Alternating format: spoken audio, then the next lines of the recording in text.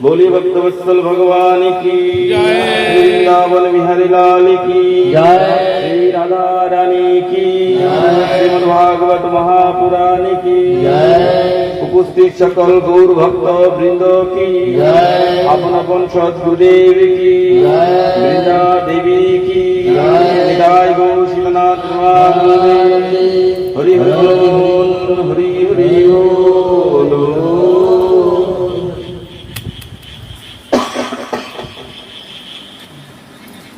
अखिल ब्रह्मांड नायक जगत अधिपति गजेंद्र नंदन भगवान श्री राधा गोविंदेर অসীম কৃপা অসীম অনুকম্পায় আজ আমরা ভগবান শ্রী রাধা গোবিন্দের পবিত্র ঝুলন যাত্রা মহোৎসবের অন্তিম দিনে ত্রিপুরা রাজ্যের অন্তর্গত নলছর অঞ্চলের অম্বিকা মাঠের উপস্থিত সকল সাধুগুরু বৈষ্ণবদের শ্রীচরণে জানাই আমার কোটি কোটি প্রণাম। একবার সবাই মিলে বলুন রাধে। তো গতকাল আমরা যে প্রসঙ্গে ছিলাম সেটা ছিল কি দেবী ভক্তির আর নারদের সংলাপ। দেবী ভক্তি নারদের সঙ্গে কথা বলছিলেন আর নারদকে বলছিলেন, কি বলছিলেন? বলে হে দেবর্ষি, আপনার কৃপায় ধ্রুবের গতি হয়েছে, আপনার কৃপায় প্রহ্লাদেরও গতি হলো, তাহলে কি আমার পুত্রদের গতি হবে না? দেবর্ষি নারদ বললেন, দেবী ভক্তি তুমি একদম চিন্তা করো, কেননা তুমি হলো ভগবানের অত্যন্ত প্রিয়া, আর ভক্তির বশে ভগবান নিচ থেকে নিচের ঘরে পর্যন্ত গিয়ে থাকে। কিসের কারণে?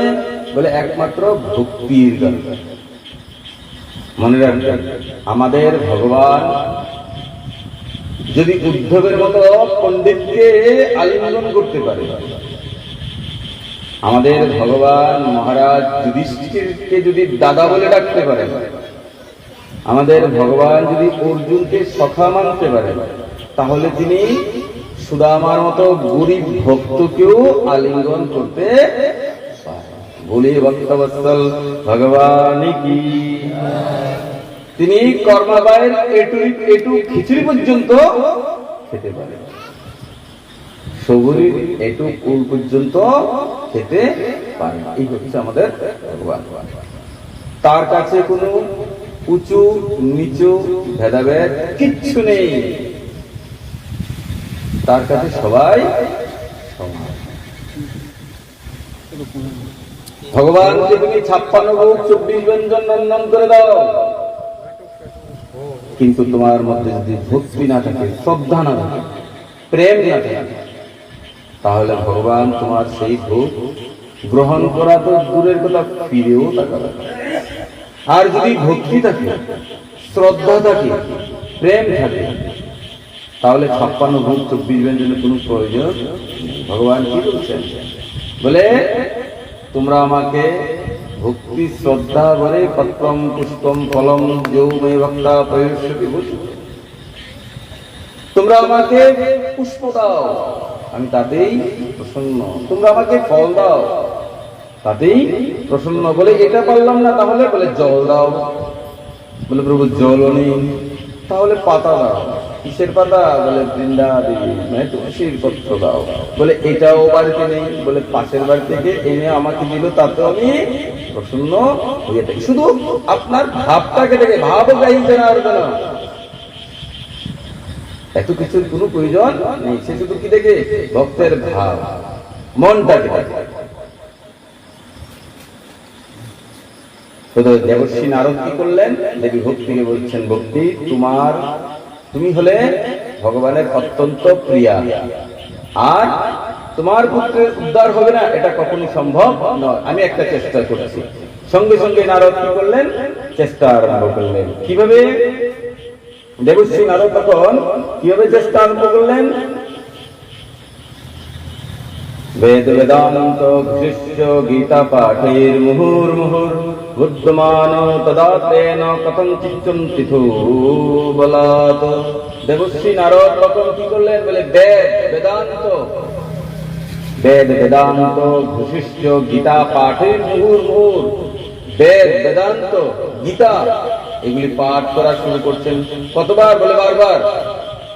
আর কি হচ্ছে বলে বারবার যতবার পাঠ করাচ্ছে ততবার ভক্তির দুই পুত্র উঠে দাঁড়ায়। আর যখনই পাঠের বিশ্রাম হয় ঠক করে আবার পড়ে যাচ্ছে। যতবার পাঠ হচ্ছে ততবার ভক্তির দুই পুত্র উঠে দাঁড়ায় বৃদ্ধ অবস্থায়। যখনই পাঠের বিশ্রাম হয় আবার পড়ে যাচ্ছে। কিছুতেই ভক্তির দুই পুত্রের কোন কল্যাণ হচ্ছে না, মানে তারা জোয়ান হচ্ছে। তখন গিয়ে দেবশ্রী নারদ কি করলেন, অন্তেতে গোবিন্দের শরণাগতি দিলেন। ভগবানকে মনে মনে ডাকছেন, হে প্রভু এখন তুমি একমাত্র কি করতে পারো বলে রক্ষা করতে পারো। ভগবানকে মনে মনে ডাকছেন। মনে রাখবে এই সংসারের সমস্ত দরজা যখন বন্ধ হয়ে যায় তখন কেবলমাত্র একটি দরজাই 24 ঘন্টার জন্য খোলা থাকে। সেটা কি বলে, সেটাই হলো একমাত্র ভগবানের দরজা। সেই দরজায় যাওয়ার জন্য কোনো অনুমতির প্রয়োজন নেই। রাত্রি 3টা বেজে গেছে, 2টা বেজে গেছে, যখন খুশি তুমি তখন ভগবানকে ডাকতে পারবে। তার মধ্যে কোনো বাধা বিঘ্ন নেই। বলে অনেকে বলে হরিনাম করতে অনেক নিয়ম লাগে। হ্যাঁ, হরিনাম করতে নিয়ম আছে। কখন বলে জপের মালা নিয়ে যখন তুমি জপ করবে তখন শৌচ, অশৌচ, অস্পৃশ্য, স্পৃশ্য এগুলি কিছু নিয়ম তোমাকে পালন করতে হবে। নচেত মুখে মুখে হরিনাম নিতে কোনো নিয়ম লাগে না। তুমি যেই রূপেই থাকো, তুমি রান্না করতে করতে হরিনাম নিতে পারবে। কোন মা ভোজন রান্না করছে, মনে মনে চিন্তন করে আজকে আমার গোপালের জন্য রান্না করছি, আজকে আমার রাধা গোবিন্দের জন্য রান্না করছি, এটা হলো মনের ভাব। কোন মাতাজি ঝাড়ু লাগাতে লাগাতে পর্যন্ত কৃষ্ণ নাম করতে পারে, কোনো পাপ লাগে না। আরে মহাপ্রভু তো এতটুকু বলে গেছেন, একবার কি হতো মহাপ্রভু সবসময় তো হরিনাম করতেন। তো যখন মহাপ্রভু একদিন সোচে গেছেন না, তখন হঠাৎ করে মহাপ্রভু করলেন বলে হরিনামটাকে বন্ধ করে রেখেছেন। তখন ছোট একটা বাচ্চা, তার নাম ছিল গোপাল, সে এসে বলছে, আচ্ছা মহাপ্রভু আপনি যে এখন এই যে সোচে গেলেন, আপনি তো হরিনামটাকে বন্ধ করে দিলেন কেন? বলে সোচে গেছি, অপবিত্র অবস্থায় আছি, কি করে হরিনাম করব? বলে আচ্ছা এখন যদি আপনার মৃত্যু হয়ে যায়?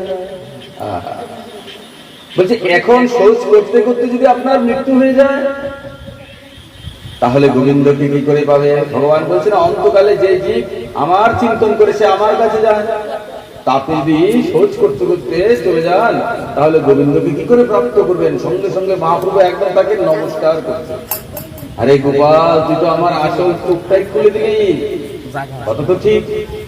সঙ্গে সঙ্গে মহাপ্রভু তাকে গুরু বানিয়েছেন, শিক্ষা গুরু, নাম হয়েছে কি বলে গোপাল গুরু। আজও আমাদের বৃন্দাবনে এই গোপাল গুরুর মন্দির, আজও সেই বৃন্দাবনে এই গোপাল গুরু রয়েছে। মনে রাখবে, যার থেকে তুমি আধ্যাত্মিক বিষয় চাই কিছু শিখলে, একটা অক্ষর যদি তুমি শিখো তাহলে সেই কি হয় বলে সেও তোমার শিক্ষাগুরু হয়ে থাকে। এবার তুমি তাকে মানো চাহে না মানো তাতে কিচ্ছু আসে যায় না। বলো রাধে।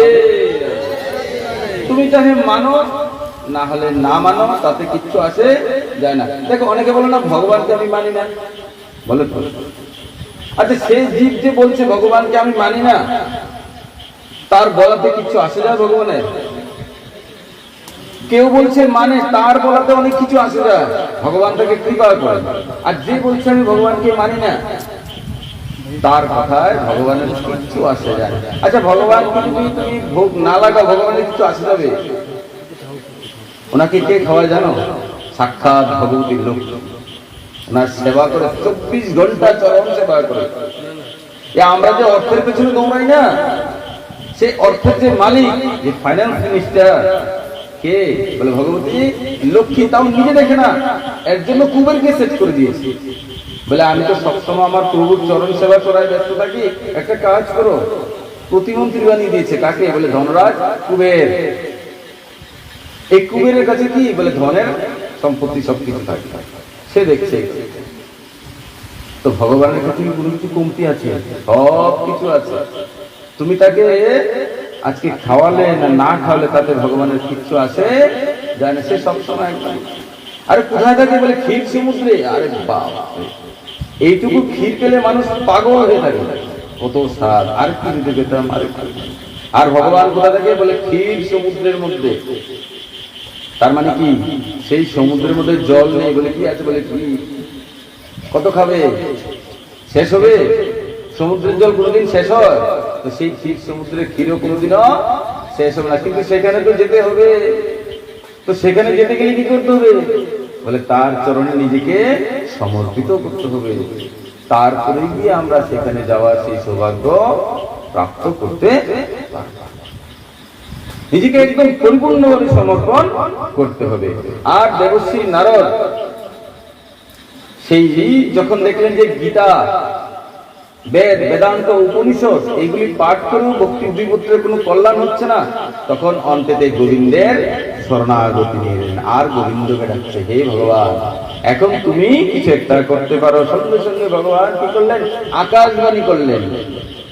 কিভাবে? বলে ব্রহ্মবাণী তদৈবা ভুম্না ঋষে খদ্দতামিতি উদ্যম সফলস্তেহয়ং ভবিষ্যতি ন সংশয়। হে দেবর্ষি, তুমি যতই চেষ্টা করো না কেন, ভক্তির দুই পুত্র জ্ঞান আর বৈরাগ্যের এইভাবে কখনোই উদ্ধার সম্ভব নয়। বিচার করবে তুমি। বেদ, বেদান্ত, ভগবত গীতা এগুলি পাঠ করছে, আর আকাশবাণী কি বলছে? বলে তুমি যাই কিছু করো না কেন, ভক্তির দুই পুত্রের এইভাবে কখনোই উদ্ধার সম্ভব নয়। তাহলে কি করতে হবে? বলে তোমাকে একটি সৎকর্ম করতে হবে। কি করতে হবে? বলে সৎকর্ম। এদর্থং তু সৎকর্ম সুরসে তং সমাচর তত্রে কর্মাভিদর্শন্তি সাধু সাধুভূষণা। তোমাকে একটি সৎকর্ম করতে হবে, আর সেই সৎকর্মের উপদেশ তোমাকে কি করবে? বলে সাধু গুরু বৈষ্ণবরাই করবে। প্রেম সে বলো রাধে রাধে। কে করবে? বলছে সাধু বৈষ্ণবরা করবে। সাধু সাধু ভূষণা। এবার দেবশ্রী নারদ এই উপদেশ প্রাপ্ত হয়ে এবার সংসারের মধ্যে সাধু আর বৈষ্ণব খোঁজার জন্য বেরিয়ে গেছে। যেখানে যেখানে যাচ্ছে, যেই যেই আশ্রমে যাচ্ছে, মন্দিরে যাচ্ছে, সবাই দেবর্ষিকে দেখে দেখে বলে পালিয়ে যাচ্ছে। আর যারা পালাতে পারেনি, বয়স্ক ছিল, গুরু ছিল, তারা মৌন হয়ে গেছে, চুপ, কিছু বলছে না। বলে কেন? আচ্ছা, দেবর্ষিকে কে উত্তর দিল? দেবর্ষিকে? দেবর্ষি হলে ভক্তির আচার্য, প্রিন্সিপাল। সেই আচার্যকে কে উত্তর দেবে? যেরকম কোন একটি বিশ্ববিদ্যালয়ের আচার্য যদি কোন একটি স্কুলে আসে, এসে বলে আমাকে এই অঙ্কটা একটু করে দিত, তখন সেই ছাত্রের কি অবস্থা হবে? হয় সে চুপ হয়ে থাকবে, না হলে চলে যাবে। আচ্ছা, রাজ্যের মুখ্যমন্ত্রী এসে যদি আপনাকে বলে বলে আমাকে কি এটা পরে বুঝাও তো, তখন আপনার অবস্থাটা কি হবে? আমার অবস্থাটা কিরকম হবে? বুঝলেন তো? এরকম দেবশ্রীকে মানে ভক্তির আচার্য, প্রিন্সিপাল, তাকে কি উপদেশ দেবে? তার জন্য যাদেরকে এসে দেবশ্রী বলছে, তারা কি করছে? বলে ভয়ে এখান থেকে পালিয়ে যাচ্ছে। বলে থাক থাক, উত্তর দিতে হবে না। আর যারা পারছে না, তারা একদম চুপ হয়ে যাচ্ছে। আর তখন কি হলো? দেবশ্রী চিন্তা করছে যে কি করে এই সৎকর্ম উপদেশ আমি কোত্থেকে প্রাপ্ত হবো। তখনই সামনে দিকে দেবশ্রী দেখলেন কাকে? বলে সনকাদি মুনিদেরকে, চারজন, সনক কুমার, সনক, সনাতন, সনন্দন আর সন্ত কুমার। এই চারজন কি হয়েছে? বলে তারা হেঁটে হেঁটে সামনের দিকে আসছে। কোথায়? বলে দেবশ্রী নারদের দিকে। এসেই তারা ডাক দিল, এই দেবশ্রী কোথায় যাচ্ছ? যখনই এভাবে ডাক দিয়েছে, সঙ্গে সঙ্গে দেবশ্রী নারদ তাদেরকে দেখেই বুঝতে পেরে গেছে, হ্যাঁ, তারাই হলো আসল সাধু। কেন? আজ পর্যন্ত দেবশ্রী যার কাছে গেছে, সবাই দেবশ্রীকে দেখে পালিয়ে গেছে। তারাই একমাত্র আসল সাধু, যারা নাকি দেবশ্রীকে উল্টা ডাক দিল, এই দেবশ্রী কোথায় যাচ্ছে, এদিকে আসো। সঙ্গে সঙ্গে দেবশ্রী তাদেরকে প্রণাম করলেন আর বলছেন কি বলে অহো ভাগ্যস্য যোগেন দর্শনং ভবিতাম্যহ অনুগ্রহস্থ কর্তব্য মই দীনে দয়াপুরৈ। দেবশ্রী তাদেরকে বলছেন আপনারাই নিশ্চয়ই সেই সাধু গুরু বৈষ্ণব যাদের কথা সেই দবিবাণী বলে। মনে রাখবে জীবনে যখন কোন সাধু গুরু বৈষ্ণবের দর্শন হয় আর অনায়াসে হয়ে যায় তখন বুঝতে হবে যে ভগবান সরাসরি আমাদেরকে কৃপা করে। ভগবানের কৃপা ছাড়া ঈশ্বরের ইচ্ছা ছাড়া কখনোই জীব সাধু গুরু বৈষ্ণবের দর্শন পাবে না, কোন দিন সেটা সম্ভব নয়। ভগবানের ইচ্ছা ছাড়া জীব ভগবানের কথা শোনা তো দূরের কথা, ভগবানের কথা কানে আসা তো দূরের কথা, ইচ্ছাও তার মনে হবে না। দূর থেকে শুনবে ভগবানের কথা আর মনে মনে বলে কি জানি একটা চলছে, পড়তে পারছি না, এই কাজটা হচ্ছে না। ভগবানের ইচ্ছা ছাড়া কেউ ভগবানের কথা শুনতে পারে এটা কখনই সম্ভব নয়। তার জন্য যখনই মনে রাখবেন কোন সাধু গুরু বৈষ্ণবের দর্শন হয়েছে আর অনায়াসে হয়ে গেছে বুঝতে হবে যে এটা গোবিন্দেরই কৃপা। সনকাদি ঋষিগণ বললেন এই দেবশ্রী কোথায় যাচ্ছ? মা চিন্তং কুরু দেবস্যে হর্ষং চিত্তে সমবহ উপায় সুখ শব্দভদ্র বর্ততে পূর্ব এবহি। হে দেবশ্রী তুমি কোথায় যাচ্ছ? আর তুমি যে সৎকর্মের কথা চিন্তন করছো সেই সৎকর্ম আগে থেকেই বর্তমান ছিল, আগে থেকেই দুনিয়াতে ছিল, শুধুমাত্র মানুষ ভুলে গেছে। মানুষ ভুলে গেছে সেই সৎকর্ম কি বলে সৎকর্ম সূচক নুন্নং জ্ঞান যজ্ঞ স্মৃত বোধই শ্রীমদ ভাগবতালাপ সুত গীত সুকাদিবি। বলছে সেই সৎকর্ম হলো একমাত্র শ্রীমদ ভাগবত সপ্তাহ রূপী জ্ঞান যজ্ঞ অনুষ্ঠান। বলি শ্রীমদ ভাগবত মহাপুরাণে কি দেবশ্রী যাও আর সবাইকে দিয়ে খবর দাও যে ওইখানে ভাগবত হবে। দেবশ্রী বলছেন কোনখানে হবে ভাগবত? সনকাদি মুনিগণ বললেন তুমি একদম চিন্তা করো না, ওই গঙ্গার তটে এই ভাগবতের আয়োজন করা হবে। আর দেখতে দেখতে সেই হরিদ্বারে গঙ্গার তটে ভাগবতের আয়োজন শুরু হয়ে গেল। এবার পাঠও শুরু হয়ে গেল। সনকাদি মুনিগণ পাঠ আরম্ভ করলেন। দেবশ্রী নারদ সেখানে বসে বসে সৎকর্মের উপদেশ শ্রবণ করছে, মানে ভাগবতের কথা এই যেরকম আপনারা শ্রবণ করছেন ঠিক তদ্রুপ। সেখানে দেবী ভক্তি তার দুই পুত্রকে নিয়েও সেখানে এসে উপস্থিত হয়েছে। যথারীতি পাঠ শুরু হয়েছে।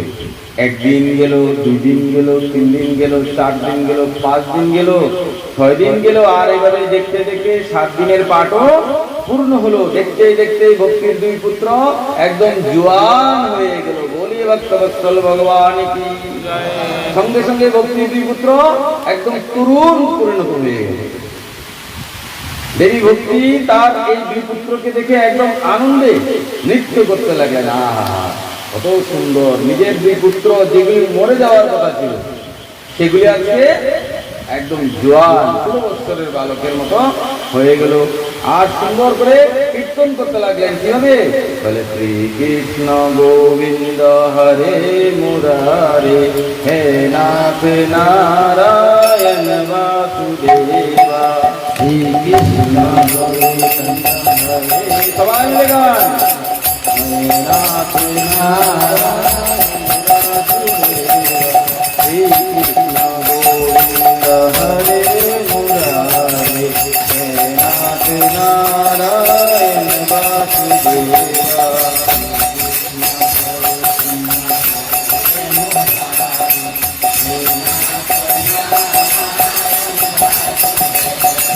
হে নাথ নারায়ণ বাসুদেবা, হে নাথ নারায়ণ বাসুদেবা, হে নাথ নারায়ণ বাসুদেবা।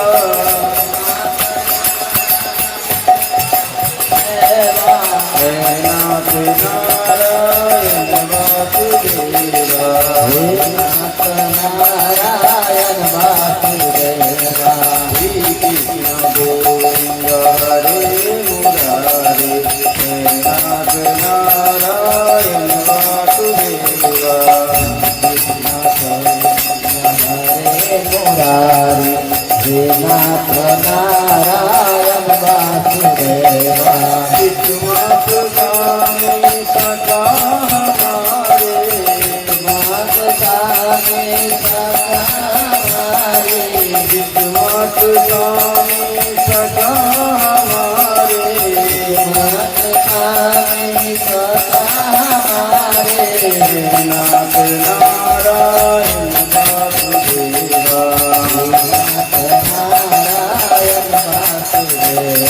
श्री कृष्ण गोविंद हरे मुरारे हे नाथ नारायण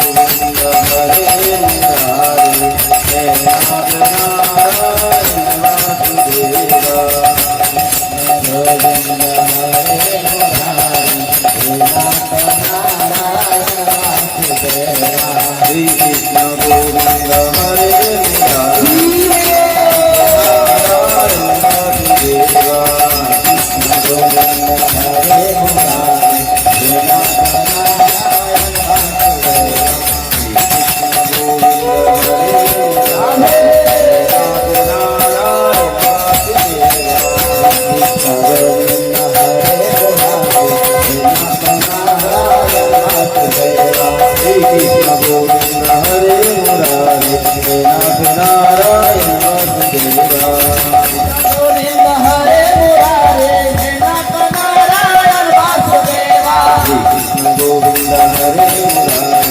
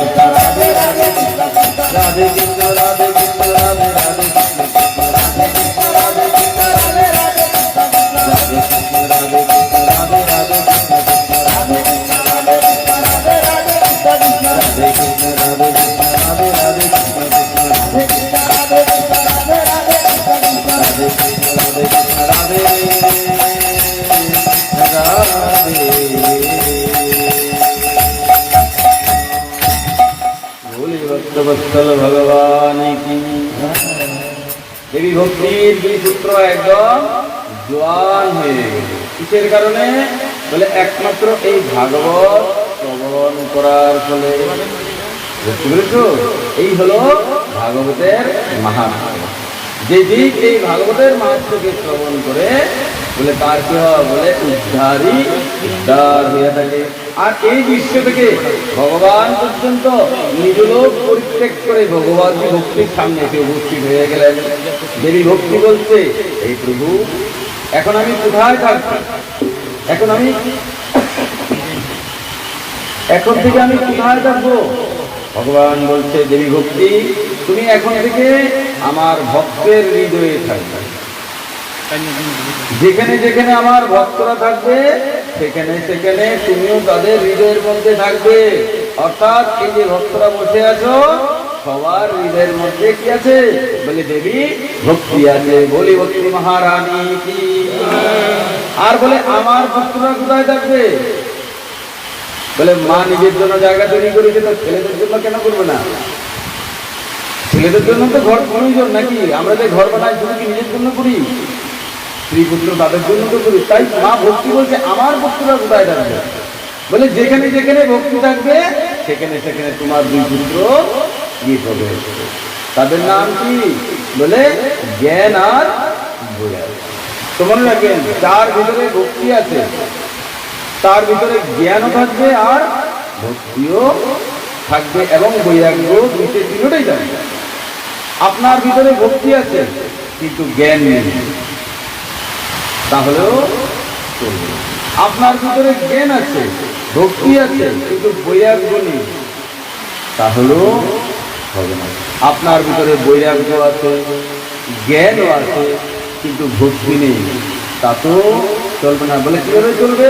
বলে তিনটাই থাকতে হবে, ভক্তি, জ্ঞান আর বৈরাগ্য, তিনটা একদম সমান তালে থাকতে হবে। তারপর গিয়ে ভগবান ওই যেরকম এখানে এসে প্রকট হয়ে গেছেন, ঠিক তদ্রূপ আমাদের সামনে দিন এসে তিনি প্রকট হয়ে যাবেন। আর এই প্রকার শ্রী সুখদেব প্রভু রাজা পরীক্ষিতকে ভক্তির দুই পুত্রের উদ্ধারের কথা বর্ণন করালেন, যেটা আপনারা গতকাল আর আজকে মিলে শ্রবণ করেছি।